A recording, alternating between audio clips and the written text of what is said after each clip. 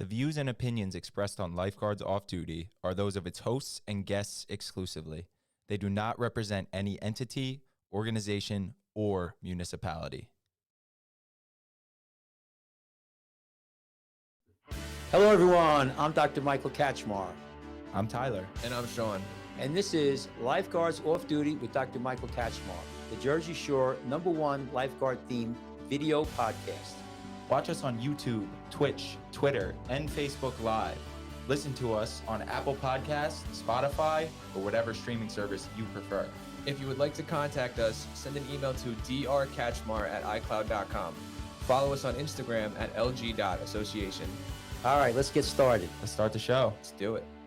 She said they're gonna lock you up for killing me tonight. So, hello. This is Lifeguards Off Duty with Tyler. Hello, Tyler. Hopefully Catchmark gets here soon. I think he's on his way. But yeah, Alek, do you want to write us an intro song? I would love to write you an intro song. Yeah, we got Alek Duriske here today. You're somewhat of a musician yourself, right? Somewhat. You could say that. Yeah, So- no, I do I love music, so yeah. If you were to write an intro song for Lifeguards Off Duty, where would you start? What kind of vibe would you shoot for? Definitely like a surf vibe, Okay. you know. Like surf rock, Beach Yeah, Boys, like- or Sublime. Ooh, that's hard. Right. I personally like Sublime, so I would probably write it Sublime. But Beach Boys is a vibe too. They're both pretty good. I I really, know. I really That's- like Beach Boys. Yeah. I'm a big Beach Boys head. There's a good movie about the main Beach Boy, Brian Wilson, called Love and Mercy. I love the way you phrase that. There's a main Beach Boy. He's the guy that wrote everything. He just didn't go on tour with them for a while. Oh, really? Interesting. He had some mental health issues that he was dealing with. The movie's really good. It's called Love and Mercy. It goes through all of it. He had a psychologist that essentially abused him. Just Like, for his money in real estate. That reminds me Jeez. of Michael Jackson, Similar situation. right? What was that guy's name? I don't know. They say he killed him. Like all the sleeping pills that he was on is Yeah. why he died. Yeah. Because I think he was he was one of those dudes. No, that was Prince. Apparently was in so much pain all the time because he would do all the splits and Yeah. stuff on stage. So I think he died from sleeping pills too, right? Prince? Not too sure. Dirk, do you But- remember when Michael Jackson died? I know there's a conspiracy that he's still alive. That's pretty. How old are you? 19? So no, right? You don't remember dude, Michael that's- Jackson yeah. dying. No, I don't. So yeah, what is like when you hear Michael Jackson, what do you think of? And wait. What do you First, mean, like genre? first and foremost, are you a fan of Michael Jackson? Yeah, I'm a fan of Michael Jackson. I think his music is cool. I enjoy it. So yeah, when you hear Michael Jackson, what do you think? Do you think King of Pop or is that Drake? I definitely think King of Pop for Michael Jackson. Drake, I would just think like rap. Is Drake Michael Jackson? He's on that level, no? Oh, he's bigger. Than Michael Jackson? Is he though? Yeah. Are you kidding me? Drake You- is bigger than Michael Jackson. I think so. All time? Yeah. I mean, you're talking don't about think he two different outsells Michael time Jackson. periods. I though. don't know. You're talking about two different time periods, though. Well, I think So- I'm going to go out on a limb and say he outsells Michael Jackson. For, I don't know anything about Billboard or you want to look it up? You want me to look it up? For our time, or like, All right, let's take a guess. How many records do we think Michael Jackson sold in his career? I know he bought the Beatles albums, which could not have been cheap. He bought their masters, right? Yeah. But I don't know. 750 million worldwide. Okay, maybe Drake hasn't sold 8 that much. platinum. That's Yeah, he sick. also has like time on his side of just like being Yeah. around since the 80s and people still listening. But like, say you use a Michael Jack 170 Not million. even Wow, okay, close. that's not even close. So I guess Michael Jackson is indeed the king of pop. we've All right. also got to think about it. Michael Jackson was, has more time on Drake. So are you saying that Drake is the Michael Jackson of our time?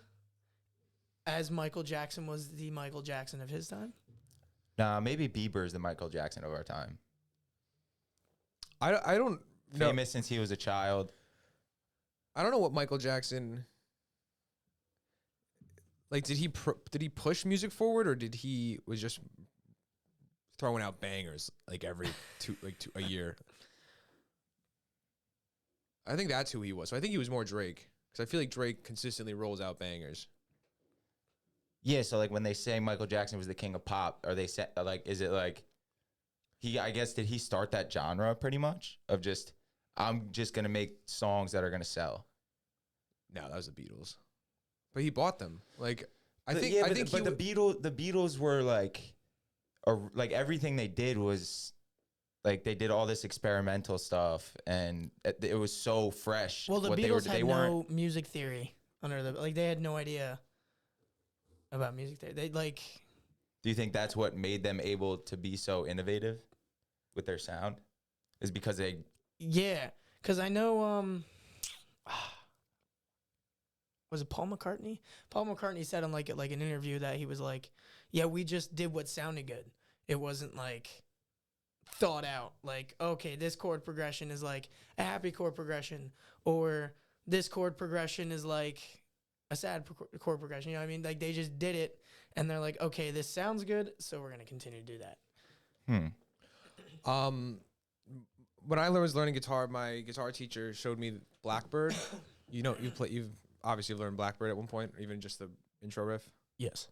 The way that song is played by Paul McCartney, it's like, it's not the standard like octaves that you would hold on the A or E string. He like does it weirdly to show that he just was like playing around with it. So yeah, like the way they even wrote songs, or just found songs and made them into songs, wasn't grounded in much. It was really just like the time they spent playing. Because at the time they had no standard, so it was like, you know what I mean. The Beatles kind of became the standard. That's what I'm saying. Yeah. Dirk, what are your favorite artists, either right now or just in general? Do you have an all-time favorite? I mean, I grew up listening to Green Day. I think that's really where my influence of songwriting is based upon. But I like a favorite artist now. I really don't have one. My listening genres are just all over the place. Dookie came out in like the 90s, right? So Yes. American Idiot. Do you remember when that song Yeah, album came out? that's like the first Green Day album I've ever heard. So I kind of I don't know. I don't really listen to one specific genre. When you listen to that album for the first time, Yeah. why was Green Day so attractive? He had a unique voice. Like, it was like, when I listened to it, I liked the way the drums were mixed in with the music. I mean, I was like so small at the time. So I really had, no knowledge of music whatsoever. But listening back to it now, I like the way that whole album is mixed. And, like, it's such a, like, there's deeper meanings behind the songs. Did you like the aggression or the angst of Green Day? Yeah. Like, don't want to be an American Idiot? Yeah, I would say more like their guitar sounds and all that stuff. I feel like the band, the way they write riffs is just based off of whatever, I don't know the bassist name, but whatever Billy Joe writes, or the bassist, and they just kind of vibe off of that. What do you think? How do you think that Green Day's writing process goes? And do you try to write like Green Day writes? For everyone who doesn't know, Dirk has songs out on Spotify. Yeah, well, so I'm loving the combo right now, but we should definitely establish who you are, why you're here. Good intro. Trying. Solid introductory 10 minutes right there. Oh, yeah. But now that our guests have had a chance to like get to know you, why don't you like start by telling them your name and how long you've been lifeguarding? Because you are a lifeguard. That's why you're here. I'm just some random off the street. But no, because we definitely like, whoa, what happened to our whiteboard camera? You can't even see. Dirk, you want to maybe move that? But we definitely want to stay on the music stuff.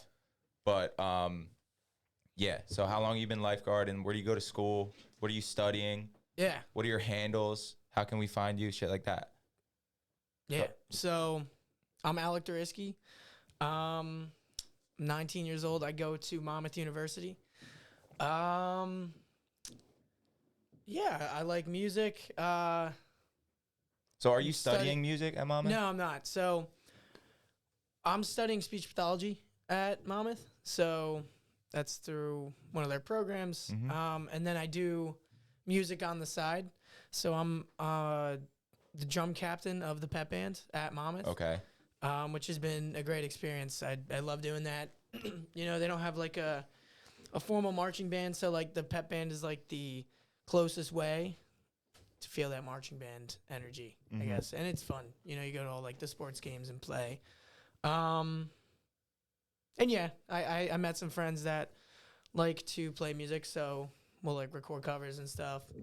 What do you have out of the bands that you play with or groups? What are you actively doing? Who are you actively doing with, and what is the name that you're going by? I pretty much have two things going on right now. One with my cousin, and then one just me, just my production. The one with my cousin is Crave. We have a couple songs in the we have one out now called Riptide, but we have a couple. I want to ask you about Riptide, but continue. Yeah, we have we have three or four. I don't even know, but we have like a couple songs that we're working on right now. It's just, you know, we're both busy with school at the moment, so we had to put it on pause. And what's your solo entity name? Are you just going by your name? Evolving into Life. Yeah, that's what I go by. But that's just that's just like random stuff I put out. So, Just by Duriske, myself. I have an issue with this song. Are you sharing? Yeah. What's the issue with the song? I would lower it. So, I lowered it last time, but you're probably right. First of all, we made our own kind of music video to this song, which was kind of cool. Yeah, you made But, the ski trip, right? Mm-hmm. This isn't good. Yeah, the energy's rock. great.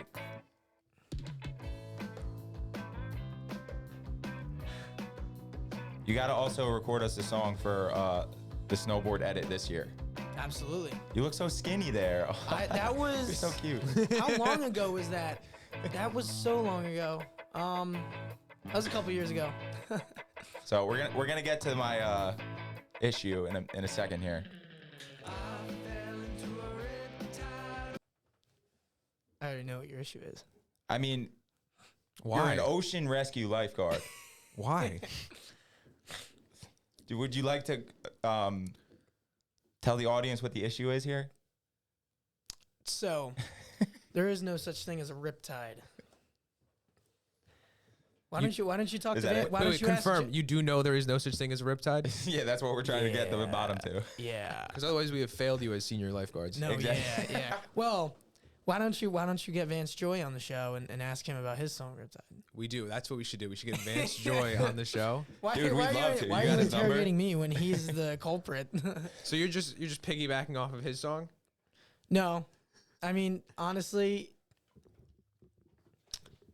It sounds good. it what it does. It does sound good. Yeah. It does sound good. I mean, if you want to think about it, like it's like a person who's non-knowledgeable about the ocean, so they're calling it a riptide. there you go. That is That's- some good retroactive explanation right there. The person can't being speak you for myself when 'cause you it's wrote me that and my- before you knew it wasn't a riptide. No, the point of view of the song. That's what I'm saying. That's his point of view when he wrote the song. You wrote that before you guarded. I didn't right? write the lyrics. My cousin did. Okay, well there So you I go. give him the credit for that. Fair enough. All joking aside, I do love that song, Thank you. and I really hope you and your cousin do more stuff like that. Oh yeah, we I'm actually really into just the had surf rock a stuff. we just had our first like show. Oh, that's right. How'd it Yeah, go? Where at? What city? Oh my goodness, why am I forget Cedar Beans Coffee? And where? Dude, this is some really poor self promotion right now. Yeah, you It's gotta. okay. We posted about it. Hold on. So, was your first time playing in front of any live audience with your cousin? Strangers. Cover Okay. stuff? Yeah. Did you play any original So, stuff? no, yeah, we play covers and originals. Sorry, Okay. I'm just looking up the thing. Yeah, it's Cedar Beans Coffee Joint in Cedar Grove. Dirk is so much about the art; it's not about the promotion. Yeah, I definitely want to get into that as well at some point. Oh yeah. Another question I wanted to ask you about, like, your band specifically, evolving into life, which is like kind of your solo project, right? Yes. You do everything from top to bottom on your own, right? I try. What? Okay, so Yeah. what do you bring? Do you bring anyone in for anything? I know you have someone that helps you with mastering, right? No, I do that myself. Oh, you do that So yourself. I do all the mixing and on that stuff. I do all the mixing and mastering myself. Sometimes I'll get outside, what's it called? Like outside opinions on or like my family's opinions. I'm like, all right, how can I make this better? Or my cousin's opinions. But all that stuff is done by myself. I recently just finished an Evolving into Life song with a feature on it. Is it published? Not yet. It's not out yet. Dirk, Can when you send it to us so we can premiere it? Maybe another time. I don't think it's ready yet. Dirk, It's- when you're writing songs, what do you start with usually? Is it drums? Is it guitar, bass? It varies. If I have an idea with a guitar, I'll usually start the guitar first. How I wrote that first album, which is literally just an experimental album. That was just something that, like, I don't really like how it's mixed or mastered. I was just like, just to put something out there. But, So like Donda 2. I think with that, I really started with the drums first. And then I just layered the bass over that, and then I started adding the guitars. So I'm not that good at, like, as a drummer, do you sing in your head a melody, or are you just focusing on the rhythm? I just focus on the rhythm Okay. because the rhythm of the drums kind of like depicts what kind of vibe the song will be. But you have like, but you don't have any notes in your head. It's just straight like. Sometimes this I will is a have little notes in my upbeat. head. Yeah. So sometimes I'll start like on my voice memos or something with just Even like a lyric or something. either a lyric or like or just like a guitar riff. I'll just take out my phone while I'm like just doodling around, and then I'll just be like, oh, this sounds cool. Let me just record it real quick on like my voice memos or something. Mm-hmm. iPhones are crazy how useful they are. When like right out of the box, they're just everything you pretty much need day to day. Oh yeah. I know. And then we just ruin them with apps that we download, like Well, YouTube. some of the apps are really useful. Guys, follow us on YouTube. Some of the apps are useful, but some as voice memos comes on the iPhone, and it is a huge thing when you're thinking, when you just have sounds in your head, right? Yeah. Well, I've been talking to you all week about this software that Adobe just came out with. It's actually in beta. It's called Adobe Podcast, and I can record any audio on my phone of just like a vocal track and put it into Adobe Podcast, and it'll spit it out sounding like studio quality, like how we sound right now. Yeah, it, Really? it masters very well. It'll take it from scratchy, like sound like a voicemail, to like studio quality, crisp, like podcast. What is that, just from EQ? It's just an AI Wow. that you just put it in, like just the raw audio file, and it gives you the mastered version, like 30 seconds. What's it called again? Adobe Podcast. Adobe Podcast. Yeah. I know I think there's- it's free to use right now too. That's really cool. Yeah. That's cool. The fact that they're coming out with like technology like that, where you can just upload a track and then it just masters it for you. Yeah. So does that scare you, or do you see it as an exciting new tool? Because I've been like going down the AI rabbit hole the past couple of weeks. Because as someone who makes a lot of my living from writing, it kind of scared me at first. But the more I've been looking at it, the more I'm starting to think like, oh, this is actually a really good opportunity to get ahead of a big curve and start using it to my advantage. Yeah. This chat GPT shit, you give it a prompt and it'll write like the perfect business email for you. And they have stuff like essays and stuff. Yeah, and you can teach this stuff too. Dirk, not you, but do you know anyone that uses apps like this to do schoolwork? I don't. We were talking to someone that does. It's crazy how versed the young kids are in technology. Before I just think like having it. I don't even know. Like I feel like I don't even know. I don't even have an opinion on it. It's crazy. I guess I haven't done enough research in it. So like for example, like this you mentioned, you know, a software that'll like master a track for you. Like is that something you'd be interested in using, or are you gonna say, you know what, I'm gonna stick to doing it myself so I can know that? Like my thing is like these really fine skills, right? Mixing, mastering, structuring, like any kind of like written prose, like a paragraph or whatever, that this AI can just take care of that shit and make it perfect. So it's almost like, but in mixing and mastering, it's not about being perfect. It's about the sound that you want. Like it's dependent on the vibe and energy that you're trying to. Absolutely. But like, we're going to get to a point where you can input that vibe into an AI and it'll spit out the exact, and then you can tweak it. Like what I'm saying That's the tweaking though. What I'm saying is like, we're at a point where, you know, it used to be necessary, like in your math class, to show all your work and do things by hand. But we're pretty much at a point right now where we all have calculators on our phones that can do like really high level calculations. We don't really need that as long as we have this tool. So is AI going to start affecting art in that way? People will use it, but like no one's going to mix a song like Rick Roll. But what if you can teach an AI to mix a song like Rick Roll by just showing it Rick Roll's entire body of work? Everything he's ever written, everything he's ever had recorded, everything he's ever mixed. Yeah, no, like you can get close. Sure.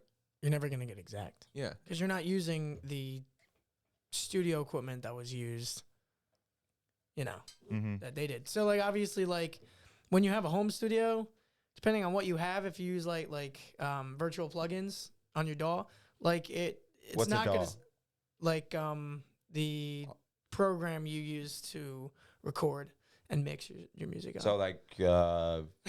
GarageBand. Okay. Yeah, like GarageBand. I use Studio One. Yeah, it's not going to sound as quality as you would in like a professional award-winning studio or mixer person, because you don't have that $1 million hardware equipment. Because a lot of hardware is different than a lot of software. You can get similar sounds from a software, but like compressors and EQs, they're all used in like an actual studio. They're all mostly hardware. Which is a different. So Dirk, as we're talking about AI, analog or digital? What instruments? It's a equipment. So like pedals, effects. Do you have a preference at all, or do you think digital at this point is pretty close? Some people, purists, prefer analog because the chain of sound frequency never stops, while with digital it's compressed and paused, and some people think it's not as pure per se. You're talking about with instruments? With digital applications for instruments, like I guess a digital piano compared to a real one, but I think it depends on what you're trying to do with it, because there's things I can get with just miking up an amp and using a pedal through an amp that I can't do with using maybe a virtual like distortion pedal thing. they're so good now, right? Like digital stuff. I don't know. You don't think so? You're never gonna get that crisp sound and that original sounding off of a virtual. There's something about something about miking up a guitar amp that's just so original. And no, miking up As a guitar. opposed to like using a guitar plug-in with a keyboard. Yeah, because there's something about miking a guitar up in an amp in a room and the way that it sounds. It bounces. Yeah, the and way shit, with the people in the room. If there's no people in the room. Huh. So, and you guys are talking about this analog versus digital thing. Like, I'm on this AI hype train, but I'm also aware like there's always going to be a market for the fully human-made stuff. You know? Well, there's just a testament to like Rick Roll, who has like a career in music and listening and talking to people and like knowing what they want, even if they don't. And like, cause like even with, I guess that's the point, would be the point of the AI would just be smart enough to do that. Well, did you ever hear the story about 99 Problems? No. He helped Jay-Z produce that song, and they're like recording it, and originally like the beat, how does it go? God, If you're having girl problems, originally the beat started with that, and then he's just like sitting there, he's like, nah, you should do that first part a cappella. Okay. And then it just hits hard. And then it just hits so hard. Like, that's why that song's so iconic. It's like that first like 5 seconds. That's You having girl problems, I feel bad for you, son. Got 99 problems, but a chain one hit me. And then the music starts. Yeah. I agree. What I'm saying is, though, even if AI can perfectly replicate that process, people are still going to think it's cool if it was made by a human, because they're going to recognize how much work was put into it. Similar to the digital analog thing. Exactly. Well, even like the smallest change on an EQ makes a big difference than having an AI masters your track. You know, there might be that one little thing that you're just like, sometimes it can't sounds, wrap my head around that. I would rather just do it myself. because it sounds Or- too good sometimes, or like this sits too well. Like I want this to Sean, be you louder. running the cameras? Yeah. I mean, I'm doing a pretty good job. I just felt like it got stuck on me for a little bit. I was feeling awkward. Sorry. The do you believe in tone wood, Dirk? No. At this point, we're processing through so much stuff. Tone wood, for the record, is when you have an instrument, the material it's made out of. Some people think that even affects the sound. Why wouldn't it? Right. I think it does. Me too. Yeah. But So what's the deal? So like, what? Cool according thing. to theory, like what kind of sound would like a harder wood produce in a guitar as opposed to? So if wait, full something maybe more lifeguard porous? reference. The Gibson Les Paul, which is what Jimmy Page of Led Zeppelin uses. Ace Frehley, who other Les Paul users.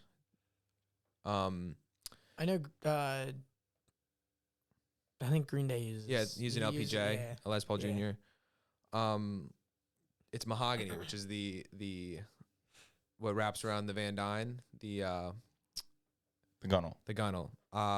That's mahogany. So when people would describe that to me, like that, like it just would click to me when I started lifeguarding. You know what I'm talking about, Dirk? I do know what you're talking about. So tone wood, yeah. The material, some people say matters. Okay. So hardwood as opposed to like a softer wood, how would that affect the sound? Punchier, a harder wood Yeah. makes a punchier sound. Yeah. And then what? A softer wood would like reverberate a little more, like it would like soak it up. Yeah, I guess a softer sound. a Yeah. warmer sound. Yeah. Huh. Good Musicians musicians. is cool, man. Musicians are weird with the way that they describe sound. Well, that's funny. Remember, we were like, we were just like hanging out at my house, writing like a cover song for our lifeguard banquet that we unfortunately never got to perform. But like we're just talking about, and then we made some like recordings on Alek's voice notes, and like we're just like talking kind of like this, and I'm like, is this really how things are described? Like I always imagined it being more like definitive, like a word for exactly the sound I want, but it's not really like that, right? That language is, like you said, it's It's pretty fluid. Yeah. It's organic. It's like however you're describing it, even says something probably.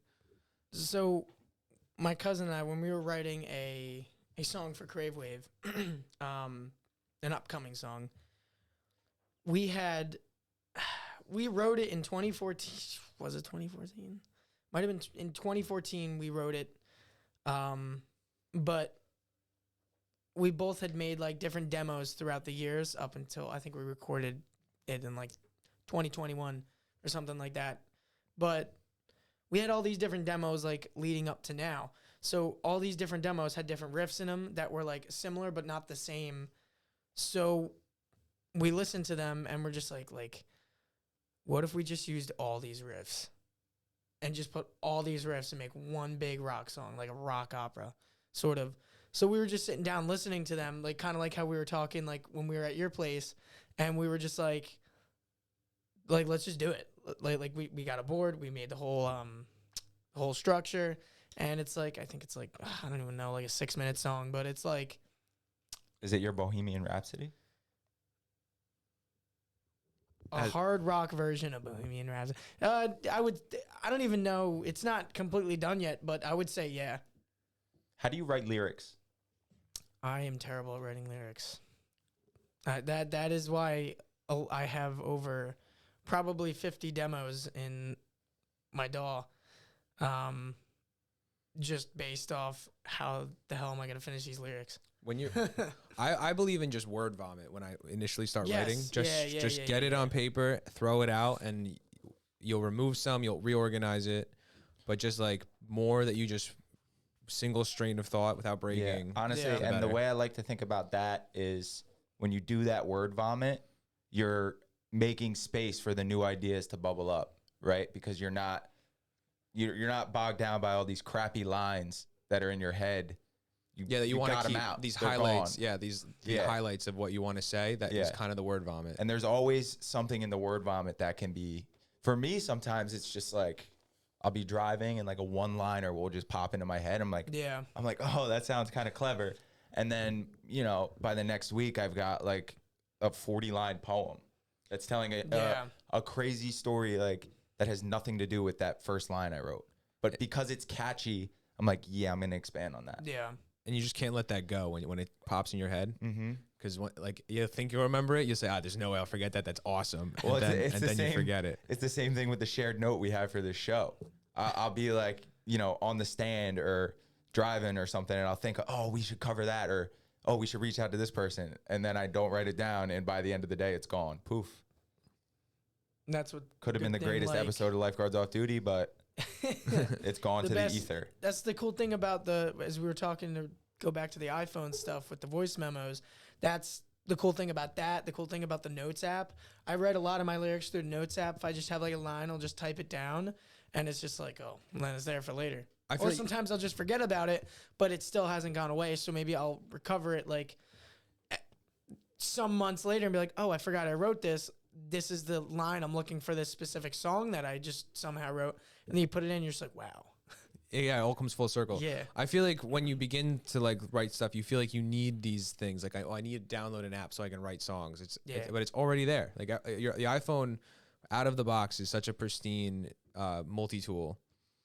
And we download stuff sometimes it's so unnecessary for it. Yeah, you're right. It's easy to get bogged down in like, oh, this tool can make my music, but less is more. No, focus on the art, focus on the craft, and learn how to utilize those tools slowly. But unless you're at the base putting out good art, then Dirk, those tools won't help you at all. What do you use? Use voice memos? You use notes? Do you use pen and paper? For lyrics, I usually use my my notes. Did you find the voice memos we made? I don't even. You don't gotta look for them right now. Do you loop when you are songwriting or even like section of a songwriting? Yeah, I'll loop like a nice bass line. I love the loop pedal. I think it's an amazing invention. Oh, it changed the game for like solo artists to. Oh yeah. Even to live and. That's what we did for our first show. I did a loop pedal thing. So there's this kid I saw in QS. His name is like Sheldon Benton, and I kind of like looked at like see what he was doing with the loop pedal, and it was just like all crazy. Was that Cash? No, that was Jeremy. Keep going. Yeah, so I kind of copied off of that style. I pretty much copied off of it. You do like the drum beat on a guitar, then you play like cover songs. So I've seen videos of Ed Sheeran doing that. Is that what you're talking about? That's exactly what I'm talking about. He's a wizard at that. He's amazing at that. Did he have a loop pedal when he was like busking in the street? I know he used to. Like, is he always looping, or was that a new thing? I don't know. Progressed? But when I saw him like loop the first time, I was like, oh my, I was like, that was crazy. But of course, he has this whole big pedal with like 7 different pedals on him, where he can loop 7 different parts and stop a different part here and there. Is Cash coming? Nah, he's gonna wait down with Jeremy.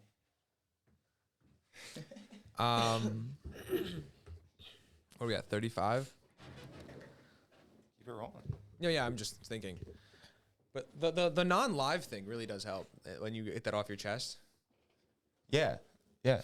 Uh, I mean, I don't think we need to edit a second of this. no. Maybe this bit right here. No, but that's what I'm saying. Like, yeah, this whole bit we could edit out. I say we keep it. Yeah. Guys, we're not live this time, by the way.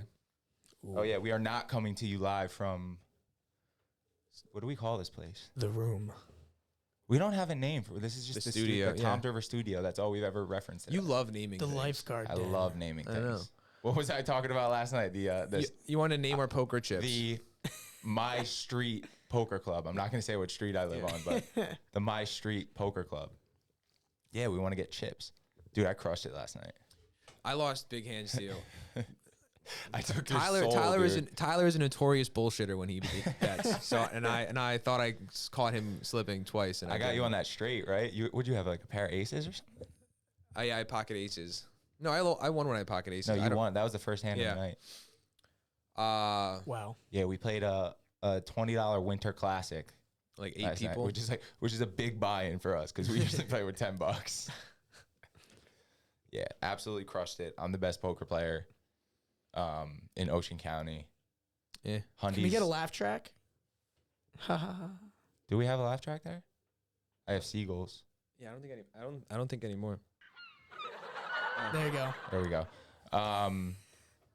No, poker's fun. We play it every week. Sean came for like the first time in forever. Hey, won some money though. Didn't lose it. Yeah, how much did you make? I doubled my money. You doubled up? Yeah. Yeah, like quadrupled up. It's all good.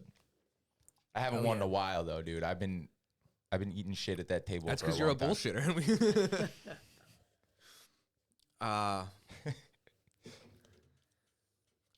It's the nature of the game. You guys get mad at me for lying in a game that's built around lying. I don't get That's mad the at you whole point. I don't get mad at you for Poker bullshitting. face. Hundies does. Be like, bro, I had you dusted when like I flop a straight. He's like, bro, I had you beat the whole time. Clearly not. Hundies, you have pocket twos.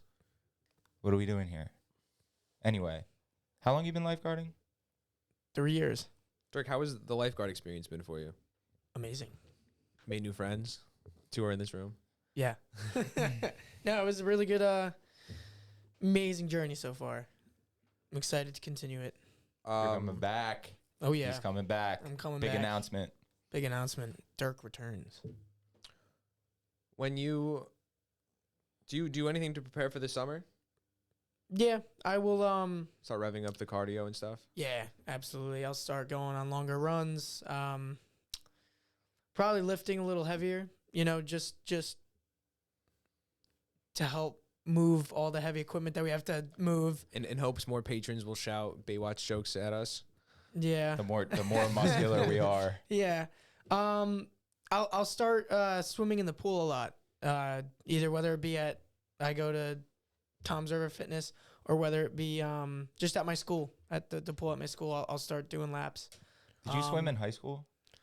My senior year, I did. Yeah. And you guys swam at the Y, right?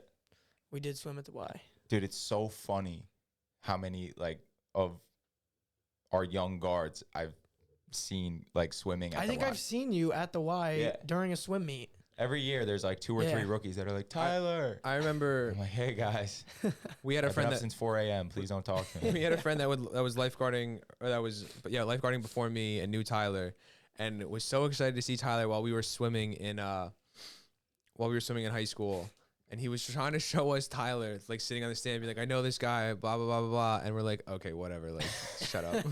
Yeah, this guy's a fucking loser, dude. He's sitting on the YMCA stand. What are you talking about? Yeah, we're just like, okay, we have a meet in 2 Who was minutes. it? It was Busak. We were like, okay, Craig. Meanwhile, I spent the whole summer screaming at him to turn his hat the right way. Yeah, probably.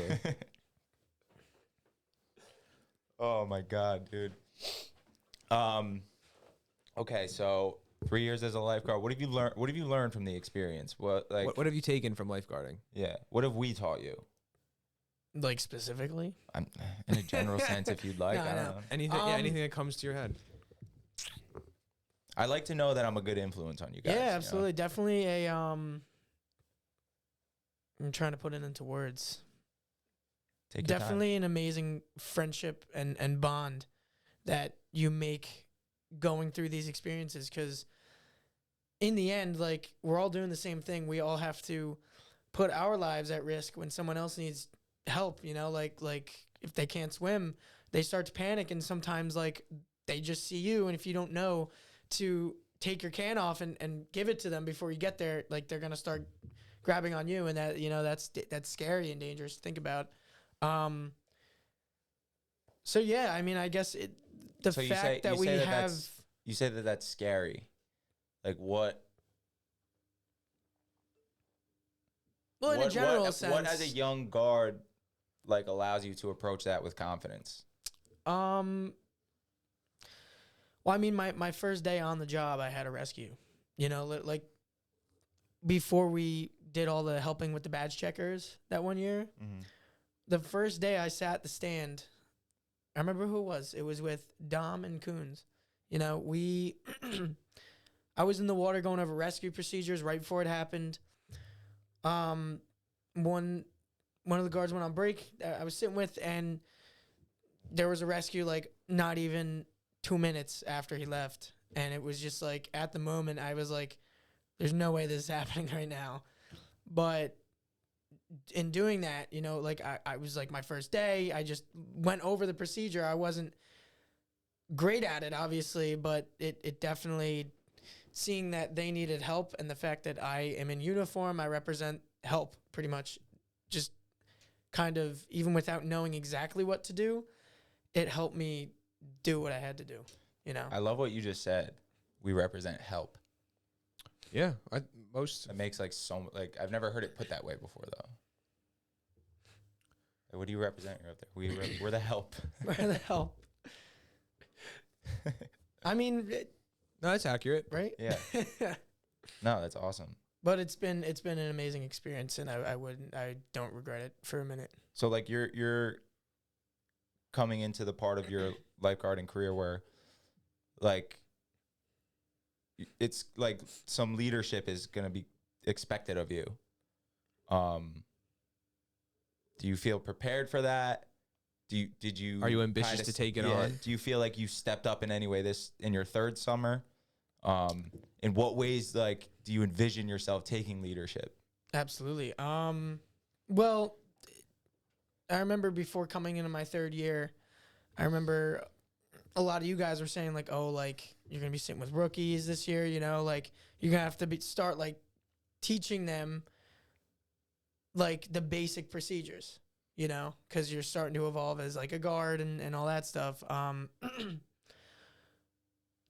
So coming into my third year, it was a little nerve-wracking, you know, because I only had 2 years under my belt. My first year was kind of cut in half because I had a foot injury, and we didn't have the bay open at the time. And, yeah, so coming into that, I was a little nervous because it's like now those new guys are looking up to me at, like, a specific standard.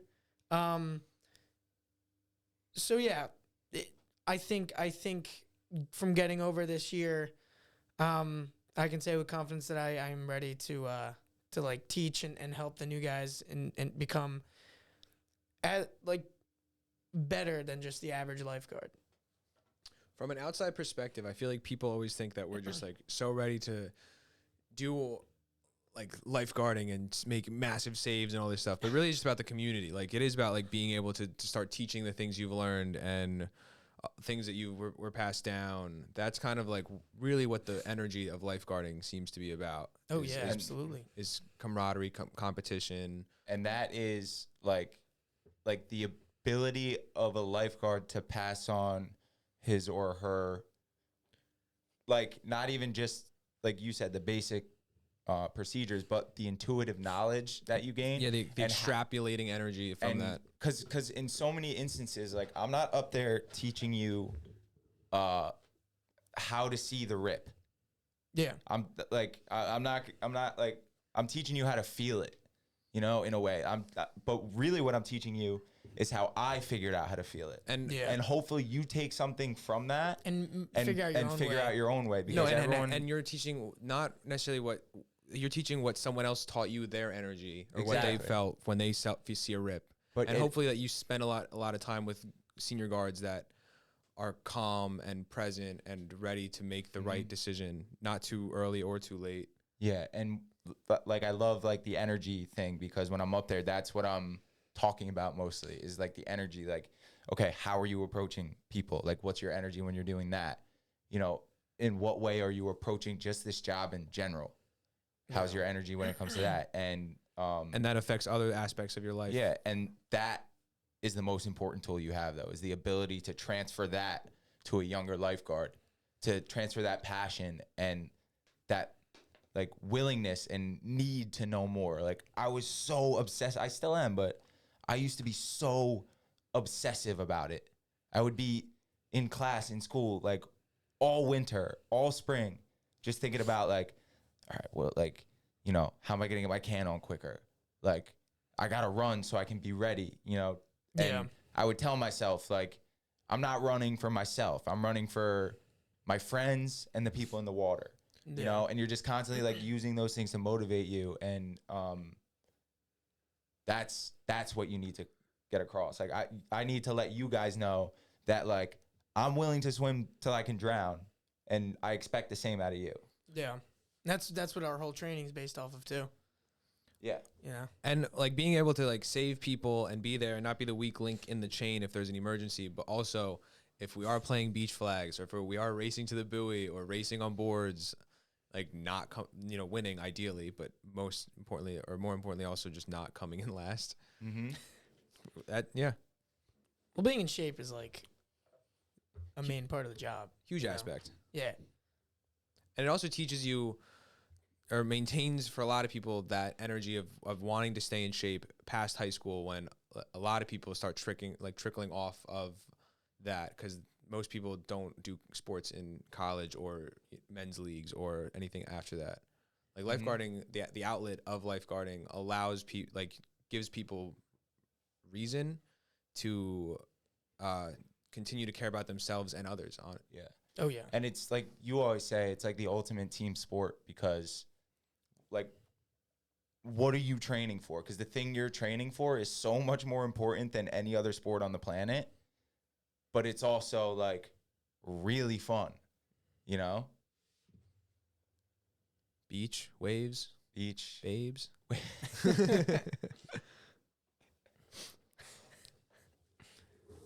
Damn. Hell yeah. Oh, yeah. I love this job, dude. Oh, it's the best job. It's the best thing that's ever happened to me. People like, I know people like who have like other jobs like over the summer and just like, oh my God, I gotta go to work. I was like, I gotta go to work. I'm like, Yeah, me too. I'm ready. I'm ready to go. Like, I want to go to work. Yeah. You know? The hell else am I going to do with my day? Sit on the beach? Yeah. Yeah. Let's go do it. I'm getting paid to do it now. Mm-hmm. Yeah, now I'm just in the point in my life where I'm like scheming to like get back on that beach for as many days as I can during the summer. You know, I feel like you get to a certain point and there's no turning back. Like, some dudes get in and get out and you never see them again after 3-4 years. Yeah. Once you creep past like 6, it gets really hard not to come back for at least a weekend day, you know? Absolutely. What about you? What do you like? How far into your future do you see lifeguarding? Couldn't even tell you. Is this the last year, Dirk? I don't think so. Okay. Like, do you one day want to be a sergeant? You know, do you have ambitions like that? I don't know about that far. Because Well, speech pathology, are you anticipating a job in a hospital or a school? I don't know yet. So I do definitely like the school aspect of it, you know, because you're helping children become like grow and evolve into what their voice is going to be, and I think that's just a great thing to do. You're helping them evolve into life. Do you see any do you see any communication connections between like teaching kids speech pathology and also like incorporating some music aspect, or do you? Absolutely. A lot of people like to communicate through songs sometimes, or poetry. So, you know, if you like music, or you like writing, or you like even playing video games, you know, just putting that out there, like that's your craft, you know, communicating by using your craft, by either writing how you feel in a poem or writing a song that you're just like, you're in your fields or something and you're like alone in a room, you just have a guitar, you just write some stuff out, record it down, and then that evolves into into its own life. into its own thing. So that whole craft and project that you worked on helps you learn how to organize your thoughts. Yeah, teaching and kids put it down. expression. Absolutely, yeah. Maybe not that in depth because they're young. If you're working with younger children, but No, what if a kid wants to write a song that's like just the lyrics are bad, bad, bad, mad, mad, sad? Like, you know, like no, it helps them organize how they feel at that certain time, which I think, is a good aspect of that whole career, which attracts me to it. That could be awesome if you find ways to incorporate that. Dirk, how many times did you move your camera during the show today? I don't even know. Dirk keeps moving, I think. I don't think the camera's moving. I don't know. It was just like over here, and it was like the side of my face. I was like, I might as well put it to the front of my face. You look good. I think you're framed perfectly now. Yeah. I think we finally got it. I think we finally got the frame. I'm content with the frame. The frame looks good. Yeah. What's your favorite song you've ever written? Probably the one I just dropped. Where can people find that? Spotify. Is that a Crave wave or? No, it's Evolving Life. Probably the last parade. So my cousin actually played drums on that. Not the cousin I'm in Crave wave with, but another one. Yeah, he recorded like drums for that. So that is probably my favorite song that I have done. What do you think, Sean? You think we'll get in trouble for playing this? No, unless Dirk sues us.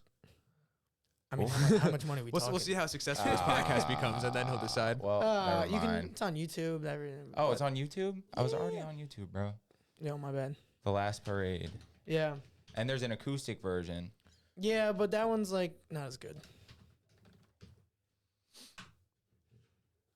We'll go to the screen share. Not the acoustic. Oh, my bad. This is you. That's my favorite part of the song, actually. This part? Yeah. You don't have to listen to the whole thing. I want to get a little energy. Dude, we're trying to promote you here. Yeah, you told me that I never lived to see the last parade. All the years gone by, and I think to myself, oh, why? I never lived to see the day when you watched me back to the car, and I prayed and we jammed in the seat, going for someday. And I promised that I would see the last. This could be a surf edit usable. Yeah, actually. No, it's ski. Snowboard. Do we have permission? You have permission. Cool. I just got to ask the guy who played drums on this, but yeah.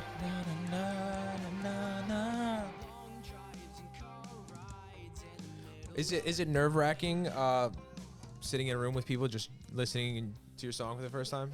Yeah, because, it's different when you're singing it. If I just show you something where it's not me singing and I mixed someone else's singing, I'm not, because singing is such a vulnerable thing. But this song, I'm proud of how the vocals came out, so I'm not as nervous. It's like you're just sitting there like twiddling your thumb. Like, I don't know how to like react. Like, what do I do with my face? I was just like, I already know it's awesome, so like, why do I need? Yeah, no, the I'm just vocal layering is sick. Yeah, I mean, yeah. There was a process to that. What was that process? So at first, it was just the medley. There was no background vocals to it. There were some, but it wasn't as like layered. And I was actually, this song took me how many years to write? I'd say about a year and a half to write, I think. You need a quicker turnaround time, Dirk. Yeah, for real. I know. Well, It's a good song. I was thinking Yeah. the same thing. but Is that just because you had it written and you were sitting on it yeah, and just I like had it little written. tweaks? And Yeah, I had it written. I was sitting on it. It was technically done probably last June, June, but there was just something that wasn't sitting with me right. The master wasn't right, and Was it the vocal layering? probably the mixing. And then when I was in my dorm one day, it was like a weekend, and I just heard this. I think it was like on the new Black Bear pop punk album or Okay. something. I was listening to it and I thought it was cool, and I heard like this specific vocal like layering, which is what you hear in the chorus, I think. Yeah. And I was like, shit, like I gotta do that to this song. And I had no intention of ever touching The Last Parade again. It was just mastering and then releasing it. So then I took the song and I was just like, let me try something out. I did that layering and I was like, damn, like I gotta just do this for all the courses. So I wound up doing that. And So wait, the process of it, did you have to sing multiple times differently, or how did that yeah, go? yeah. So were you singing high, low? Like, were you trying to make it sound different? I did fifths. So Okay, wow. I think third and fifth. So I would sing the regular medley, and then you would have like the fifth below that. As a non-classically trained singer, was that difficult for you, or did you? A little bit. I would actually. I know music theory on like keyboard and guitar. I'm not like fluent at piano, but I can make chords and stuff. So I would find the note. I would know where the fifth was or Where the you third, start. however to stack the intervals. So I kind of used that, and then I was like, all right. I start with this note. I know what note I'm supposed to go to. You know, based upon that. Once you start singing on that note, you can know where to. Yeah, Yeah. like you kind of follow like the main part, which is what I normally do, and it normally comes out kind of good in my opinion. It sounds good. Thank you, I appreciate that. Ty? You guys want to wrap this up? What do you think? I just have to pee. Same. And I Okay. gotta get to work. Okay. Um, Dirk, thank you for coming on. Absolutely. yeah, Thank no, you for having seriously, me. this was a lot of fun, man. Yeah. It was You guys got a a good thing going refreshing right now. conversation talking Yeah. about music. I love talking about creativity and People doing things. Oh yeah. yeah. And Serious. it's just, I like digging down on people's creative process. You know, Because you like, learn from like that. seeing how you're, Yeah. you know, the same way that you might have learned something from me on the lifeguard stand. Like I feel like Yeah, I've absorbed a little bit from you today. You learn Osmosis. osmosis. Yeah. You learn something from everyone you talk to. Yeah. So I want to see The Way of Water Oh, it's like sick. ASAP. It's the visuals are insane in that movie. Yeah, I Highly heard it looks like recommend. I also wanna see it. realistic. I watched an interesting video, but we'll finish up soon. But I watched an interesting video, and it was like